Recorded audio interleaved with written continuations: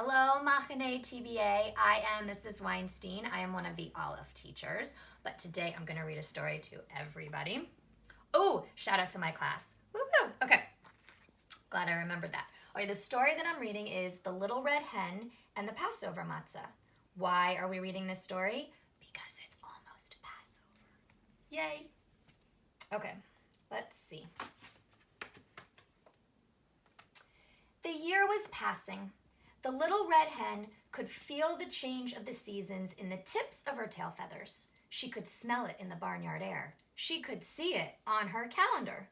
Oi, gewalt, exclaimed the little red hen, thinking ahead to spring.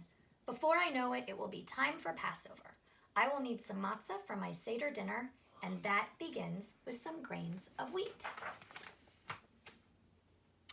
In a corner of the chicken coop, the little red hen kept a small pile of grains safe from wind and water. She gathered them now and went to find her friends. Such friends she had, always ready to lend a hand. Who will help me plant these grains, she asked them. Not I, said sheep. Sorry, bub, said horse. Think again, said dog, a little bit rudely. The little red hen was not happy. Okay, she grumbled, I should worry. I'll just do it myself. And the little red hen planted those grains. Months passed. The sun shone, the rain fell, and the grain grew tall. The little red hen waited patiently. Finally, there was a field of wheat ready to be harvested. The little red hen went to find her friends. This time, she was sure they'd lend a hand. Who will help me cut the wheat, she asked. Not I, said sheep. Sorry, bub, said horse. Think again, said dog, a little bit rudely. We're your friends, not your servants. The little red hen was definitely not happy. Friends, shmen, she muttered. I'll just do it myself. And the little red hen cut the wheat.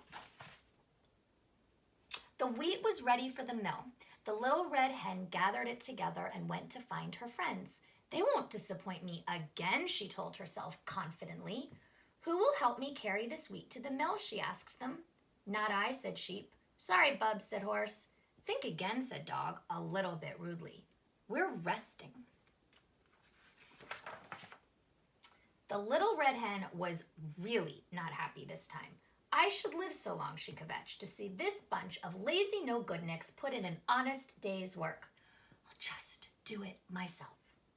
The little red hen took the wheat to a special Passover mill, where a miller ground it into flour. Then she schlepped that flour back home in a big, heavy sack, clucking to herself all the way.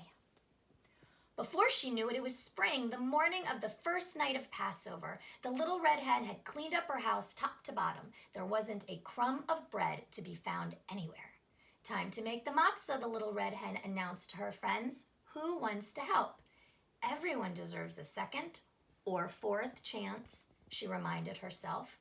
But what do you think the little red hen heard? Not I, said sheep. Sorry, bub, said horse. Ha ha ha, laughed dog, more than a little bit rudely. Think again. The little red hen was not happy. She was not surprised either. Okay, she said, so I should starve? I'll make it myself. The little red hen washed up carefully. She put a big bowl on the kitchen table. Then she set her timer. According to Jewish law, Passover matzah had to be finished in just 18 minutes. The little red hen mixed the flour and water. Quickly. She kneaded it. Quickly. She rolled it out nice and flat. Quickly. And then she prickled it all over. Prickly. She put it into the oven to bake. Ding! The matzah was ready, just in time. Then the little red hen prepared the Seder dinner. She boiled eggs, simmered soup, and mixed gefilte fish. She washed parsley, chopped apples and nuts, and stirred batter for a cake. Finally, she set the table, putting a beautiful Passover Haggadah at each place and an extra chair for Elijah the prophet. Should he come, God willing. She finished with a covered plate of homemade matzah. There it is. The little red hen sat in a chair and waited. When the sun began to set in the evening sky, there was a knock at the door. Hold on, sound effects. Guess who is standing there? Before you guess, take note of the cute little chickies who each have their own little place settings and their own little Haggadahs, which is super cute. Bah, nay, woof. We're famished, they told the little red hen. What's for dinner? You've got to be kidding, scolded the little red hen. What chutzpah! You didn't even help me plant the grains when I asked you. You didn't help me harvest the wheat, or carry it to the mill, or take it back home again. You didn't even help me bake the matzah. So tell me, why should I share my seder with the likes of you? Sheep, horse, and dog couldn't think of a thing to say. The little red hen was right. They hadn't been very good friends. The three animals silently hung their heads in shame. The little red hen was quiet too. Now I should invite them to my seder, she thought. Then she remembered the words written in the Passover Haggadah, "Let all who are hungry come and eat." She looked at her friends. They looked hungry. Besides, the little red hen was a good egg, a mensch. A mensch forgives. "And why are you just standing there?" she said finally. "Come on in." So together the friends celebrated the holiday. Together they noshed on tasty, crunchy matzah. And when the Seder was over, after all the planting and harvesting, the schlepping and the cleaning, the baking and the feasting, just who do you think had to wash all those dishes? "Not I," said the little red hen.